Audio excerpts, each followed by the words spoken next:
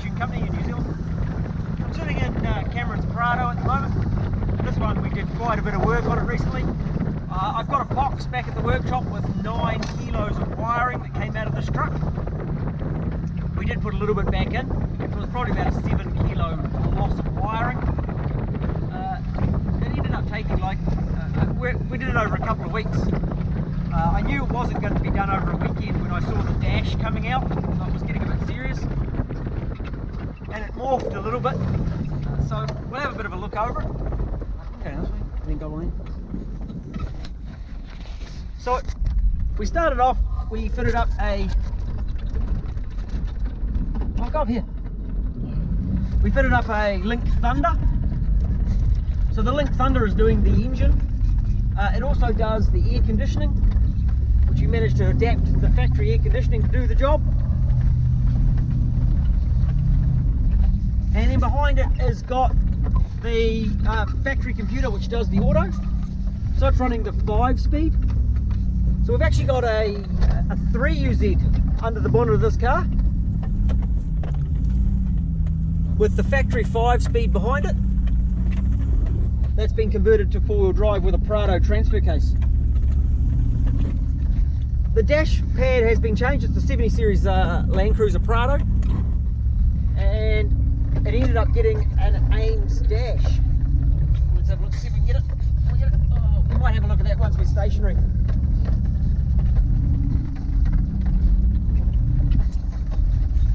Cameron has since actually changed all the dash pads.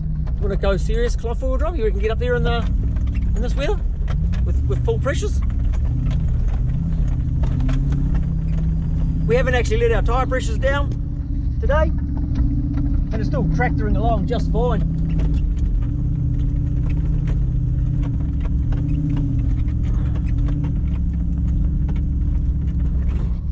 We're going to go up here, over to the next gully and down the next gully.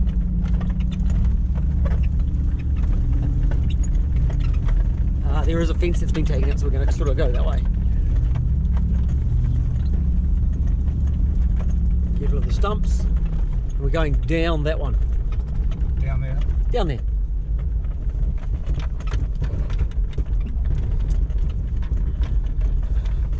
So the advantage with the Ames dash is we can configure it how we want to configure it. And the Link computer makes everything in the engine tunable, and takes over a whole lot of controls of other things in the vehicle. So we've actually pretty much maxed out that computer. So other things we've done with the Link is we used it to convert stuff like the handbrake cable, the handbrake signal for the dash. When you pull the handbrake warning light, the vehicle runs a negative switch, which the Link will accept, but the Ames dash didn't want to accept. Also does the switch for the transfer case, so it can display when it's in 4-wheel drive. Yep, so we've got a little light on the dash at the moment, a little green light with 4 wheels showing what's in 4-wheel drive. And later on we will add a pressure sensor to the air conditioning, and it's going to control all that air conditioning like it should. The dash is the street icon, AIM Strata. Sure it's called a Strata, eh? Yeah, you can see it's 1.2. Go up. There's actually a bit where you normally climb up, but I don't know how this would go climbing up that bank. You want to give it a go? Yeah, you went up with up that left side there. Yeah, up over there, yeah. We'll give it a go.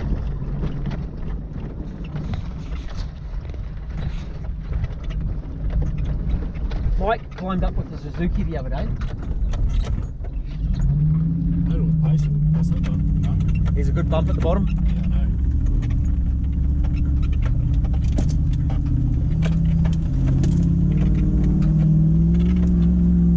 Woohoo!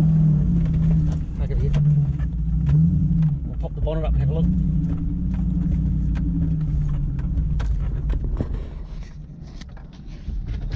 So let's have a bit of a look under the bonnet. Cameron's done the bar work, added some rub bars right around it. There's been a bumper, a bull bar fitted to the front. He's done the intake. Camera built all the stainless intake. You'll notice no airflow meter. We've done a couple of tricks in the wiring to sort that.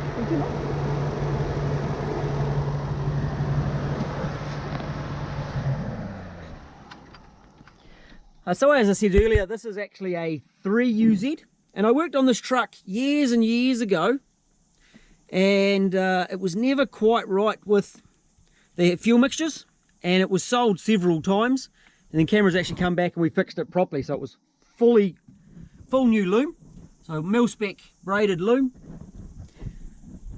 all new plugs, all new connectors. The dash was out, so we pulled all the dash apart and fixed all that loom as well. He's since fitted up an oil cooler for the trans, and that's got a fan to be connected. The wiring is over there.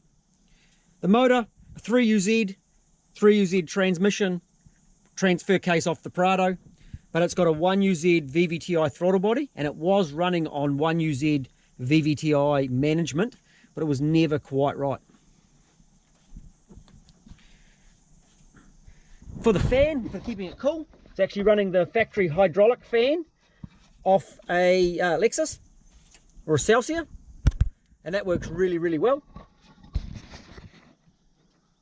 Better than most electric fans. And somewhere in there, Cameron squeezed in a pair of my headers, so we've had a set of headers fitted as well. So short flowing headers. We took the factory headers off at that stage.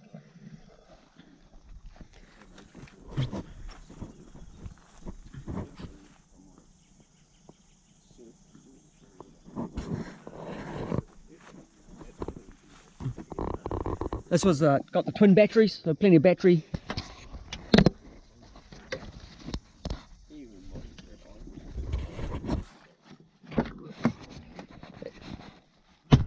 Cameron also changed the seats in it.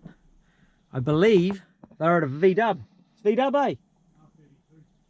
R32 Golf. And have a look at that dash. And he gets out and again uses it. There's a few rub marks on it, which is all good. The bar's already had a bit of a rock, and it's got a bit of a dent in it.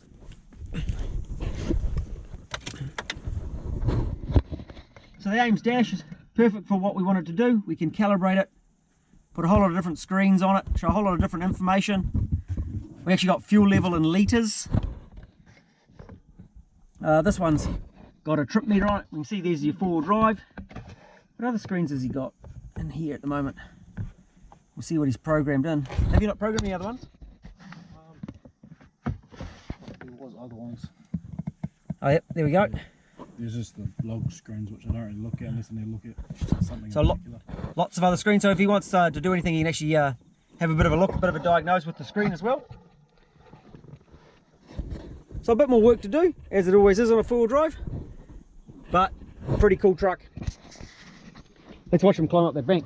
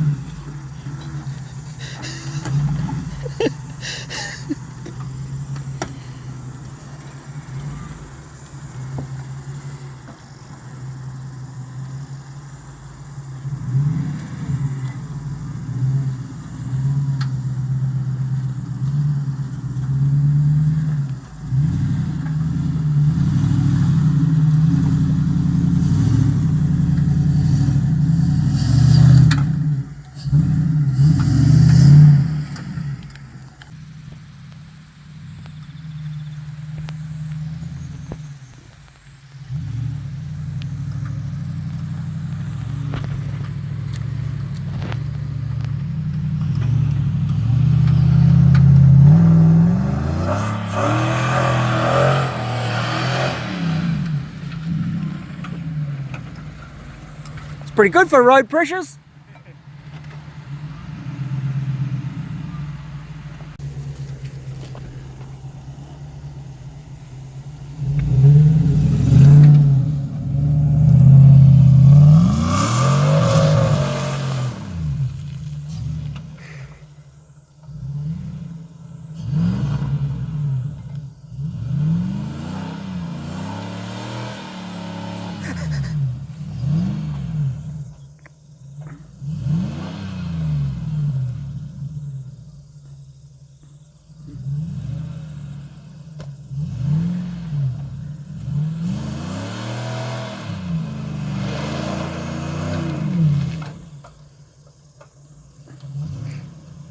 We haven't let our tyres down today.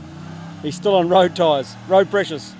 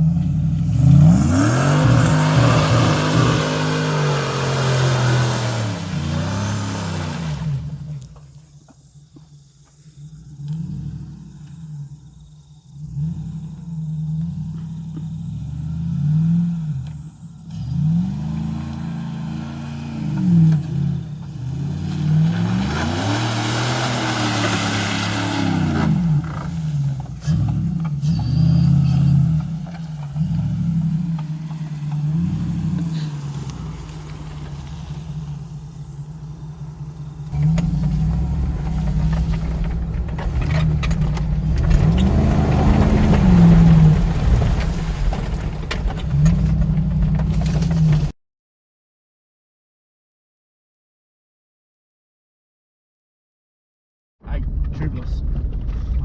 And they still hold the rims okay, no bead lock, they run at 8. If you push them, I think they'll probably purge, but the next set, I'm tempted to, I mean these aren't real aggressive tyres, but I'm tempted to get another set of them. Through here. Sorry, through here? Through here. I'm tempted to get another set of them, mate. We'll keep the easy track, eh? We won't go where the Suzuki goes. So where's the hard track? The Suzuki's it's a bit tight. Oh, that's right. Push the trees out of the way. Yeah.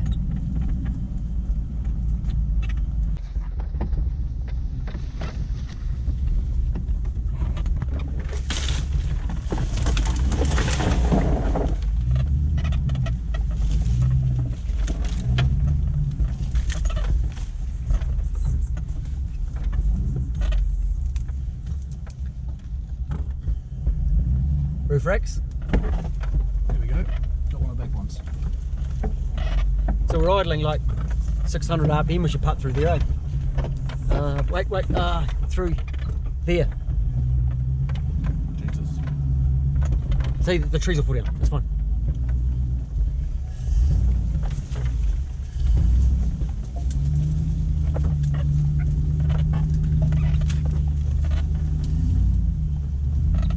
Good thing about the old hydraulic is you can idle like this all day and it doesn't get warm.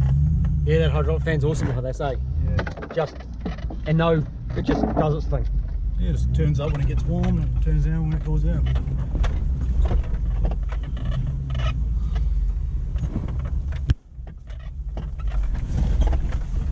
That'll be a stump there. It's a big rock, I think, actually. Oh yeah. Yeah. Same effect. Need a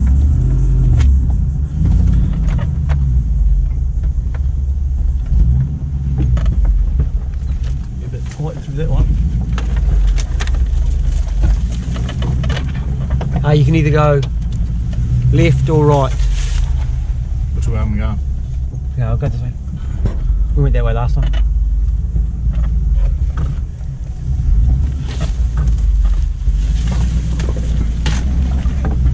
A bit of a jungle track, isn't it? Traction wise, it's fine. It might change in the winter, I guess. Yeah, like this is underwater in winter, so you got to go around the outside of that panga. Oh, Cool. So what tyres have you got on this? yeah.